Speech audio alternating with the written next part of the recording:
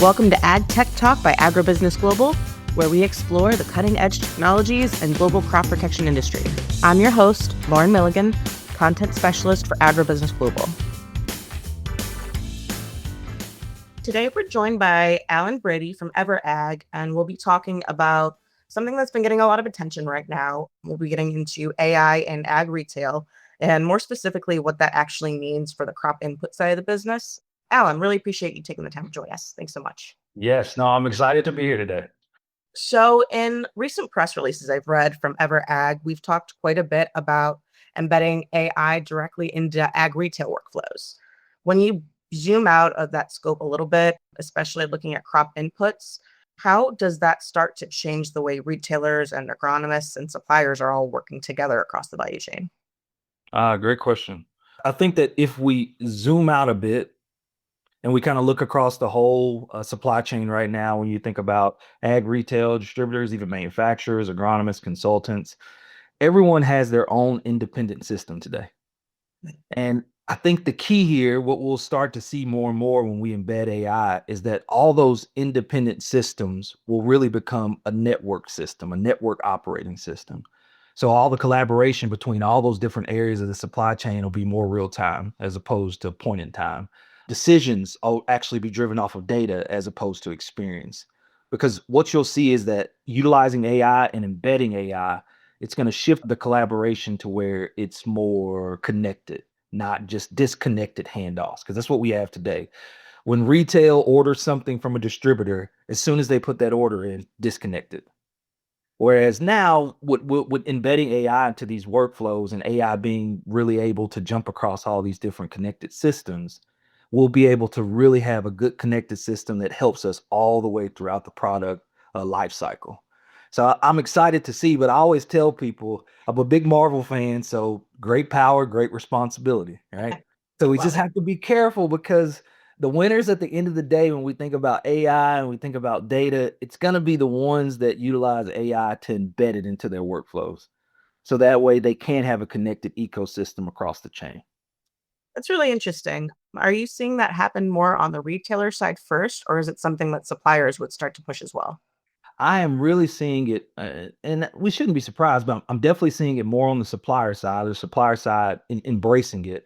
But I'm starting to see the retail side embrace it more and more, especially with the margin pressure. Suppliers have always wanted it because if a supplier can know what you need before you know you need it, they can get it to you faster. And that's what the supplier manufacturer side of the chain always has wanted to do.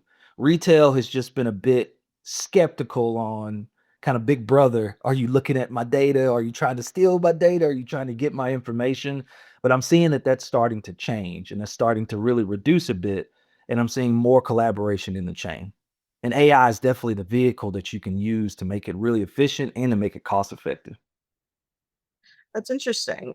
So you've shared some pretty compelling data around margin improvement from AI. For context to our listeners, I read that AI-driven insights can improve margins by, I think I read 1.2 to 1.9 percent points while optimizing existing systems.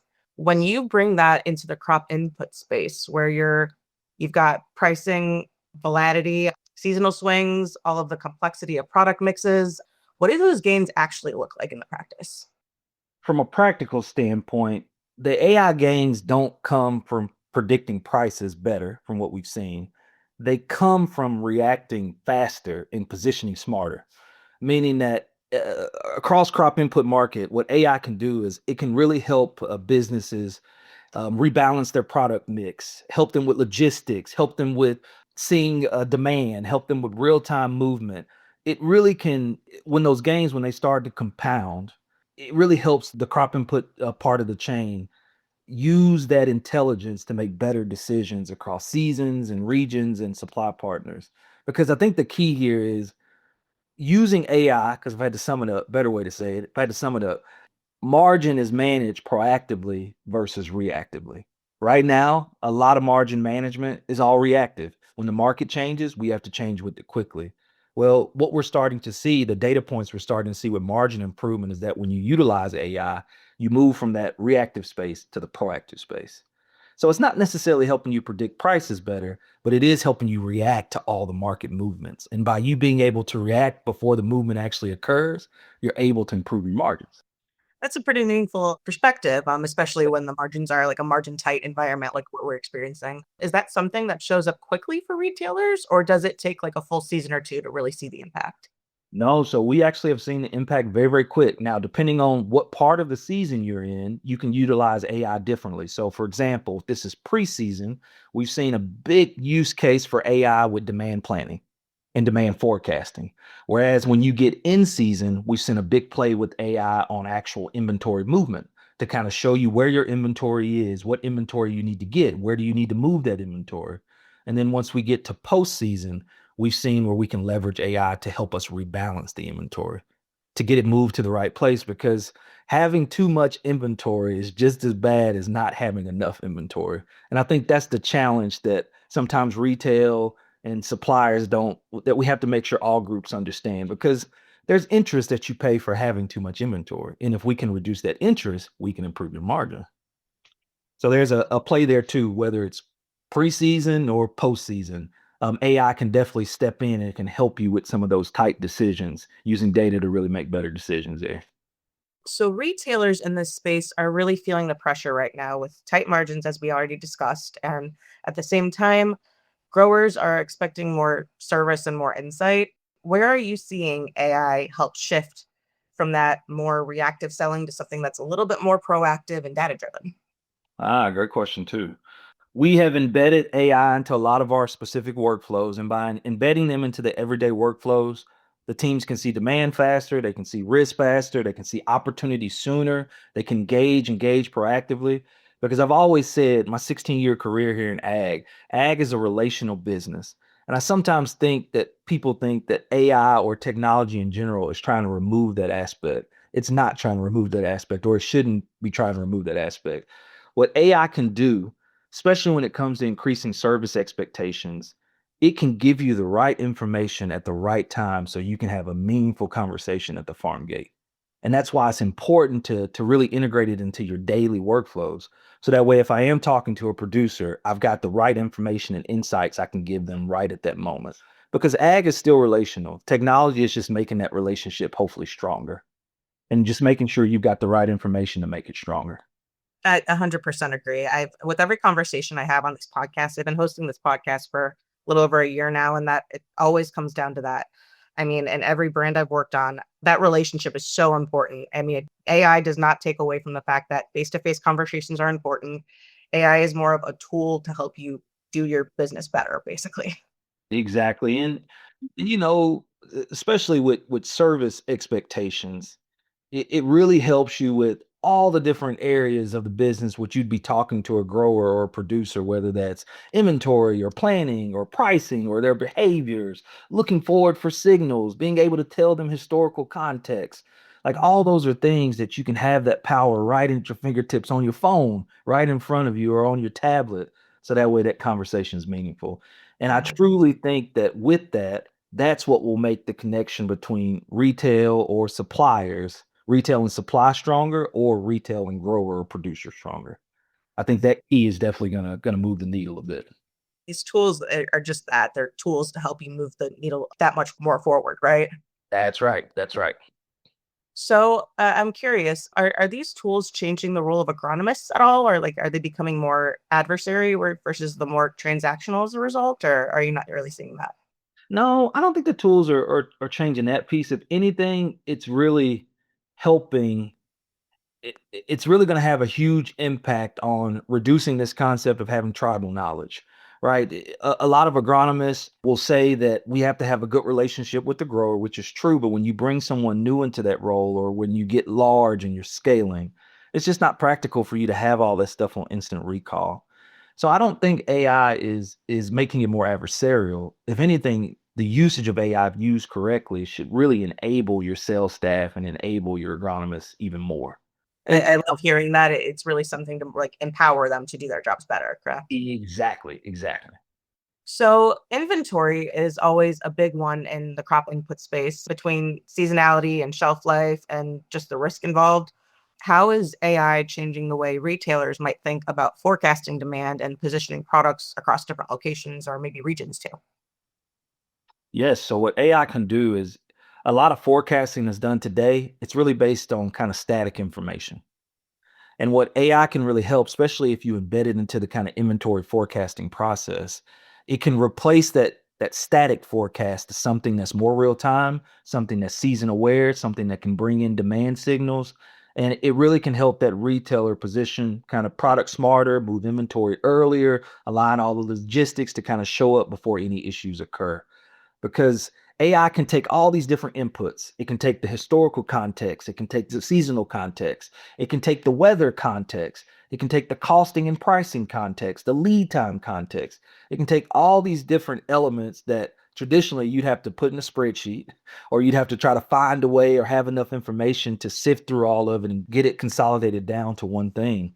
AI can take all those inputs and then with a good model, it can actually take all those inputs and based on the variables in those inputs, truly give the retailer a good forecast or demand on what they need.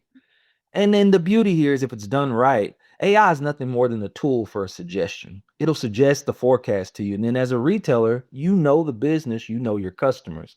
So then you have the ability to go in and say, well, do I want to tune that up or tune that down? But the key here with using AI, especially for inventory, is getting all these different pieces of data. And it kind of goes back to your first question where you said, well, how is it changing the collaboration in the supply chain? Well, now with AI, if you're working with a supplier or you're working with the manufacturer who shares their price list digitally or shares their inventory digitally, that's just another input that you can pull in to get a better model for where you need your inventory. And that's exactly what we're seeing and now with technology, it can be done just like that, just with the snap of a finger. You don't have to wait days or months to figure it out. You can really have it real time right there for you. That's awesome. Yeah, avoiding, I'm sure for a lot of different agronomists and retailers and the whole nine yards, I'm sure avoiding those end of season surprises is huge. Yes. So, are you seeing more retailers getting comfortable actually taking on these AI driven recommendations, like moving products between locations, or is there a little bit of hesitancy there? No, I definitely think there's some hesitancy there for sure. We're in the early ages of it, or I say we're in the early ages, but definitely but in 25, this definitely popped up, and even in 24, it popped up too. But I think in 2026, I was reading a survey. Ernst& and Young, they just recently published a cool survey about the four distinct futures of AI. And to kind of sum it up, they've said, based on their research, kind of across all businesses, they see four distinct endings for businesses when it comes to AI adoption. But the one thing that they mentioned that I thought was really, really good, their tagline was, will you shape the future of AI or will it shape you? And I thought to myself, that is definitely what we're seeing. And then even I was at Tech Hub. I was listening to Jeff Blair. He was a keynote speaker there, and he kind of paraphrasing a bit. He said the winners and losers of AI will be the ones that embrace it.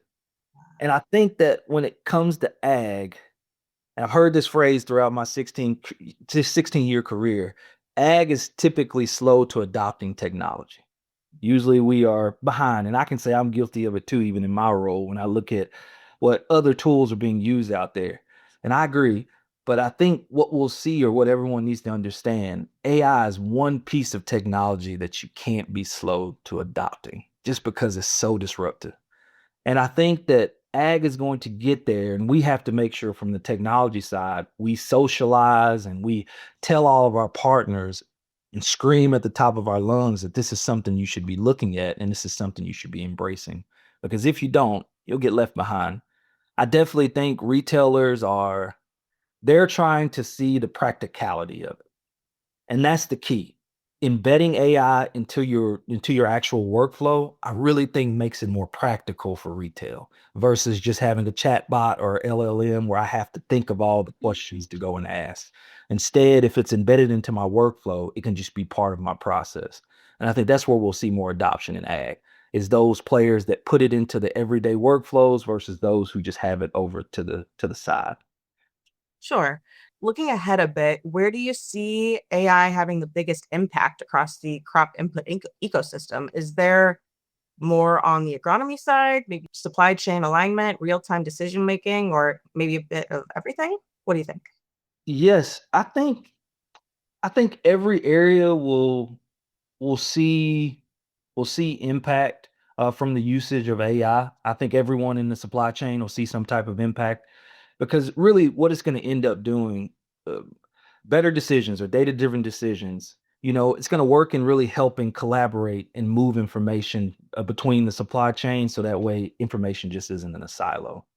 So I think there'll be a huge impact from the retail side to the agronomy side to the supplier to the manufacturer side. The whole chain should see an impact with AI. And I think that largest impact will really be the connectivity, the shared connectivity between all the different parts of the chain is really what I think we'll see our largest impact of. And as this evolves, where do you see the biggest barrier to adoption right now? Is it more about the technology itself, or is it getting teams more comfortable actually trusting and acting on the insights? Yes, biggest barrier isn't technical. It's going to be organizational. It's going to be organizational. And I think real gains and real changes are going to come when an organization starts to trust AI a bit more. They start to embed it into their workflows because the biggest resistance isn't technology. It's just confidence. Is this real? And then it's also a bit of letting go because again, ag has been around hundreds of years, and it's relational, and we've done it a certain way for all those years. So it's going to be those organizations that implement change management, that make it part of their kind of daily workflow, and they let go of some of the manual things that they were doing prior. Because that person on staff who has all that knowledge, that's key, and that's definitely a difference maker. But when that person leaves, you'll have a problem. Or when you want to scale and grow your business, you could have a problem too. And I think it's going to be those organizations that embrace it. Those are going to be the ones that truly see the biggest impact. That makes a lot of sense, and it really sounds like we're just at the beginning of what this could look like for the ag market in general. Yes, the challenge there is it's just moving so rapidly. Yeah, It is moving very, very fast. Just the ag tech information. doesn't sleep, my friend. Yep. Just the information I learned in January versus what I know today in March or in April, it's going to be different. And yeah, it is In moving 6 months, leaps. it could look very different. Exactly, exactly. And I think that's the key. We don't want anyone left behind. So you have to embrace it because those who don't embrace it, they will be left behind if we're not careful. So, for my last question, is there any piece of advice you would give to people struggling to get on board with AI so they don't get left behind? Yes, I would say this because I was just talking to a partner about it because they were saying, well, Alan, I see what you're doing or see what Everag's doing with the products. What are some practical things we can do just outside the product, just as a company? So I think the winners, or my advice would be start small because AI can be overwhelming. And there are so many things between LinkedIn and social media and then what you just see online, so many different things you can get from an AI perspective. So definitely start small, prove value quickly because I think that's the key. There's a lot of impractical stuff out there that people are pushing when it comes to AI. So you want to prove the value quickly. There should be some type of ROI, but then let the confidence grow through results. As soon as you start seeing results, that's when your confidence grows and that's when you start shifting larger and larger and larger. But definitely, I tell people start small because AI is very, very powerful. But again, it's still artificial intelligence. So it doesn't mean that everything you get is going to be right the first time because that is one of the big laws of AI. You got to keep iterating, right? You got to iterate until you get the right information and you get your model pitch or perfect. So I definitely say start small, prove value quickly, and then let the confidence grow once you get results. That would be kind of my advice to anyone looking to step in and embrace it. Listen, Alan, really appreciate the time and the insights. This is a space we'll definitely be watching closely. So, thanks again for joining us, and I really appreciate the conversation. Yes, thank you guys for having us.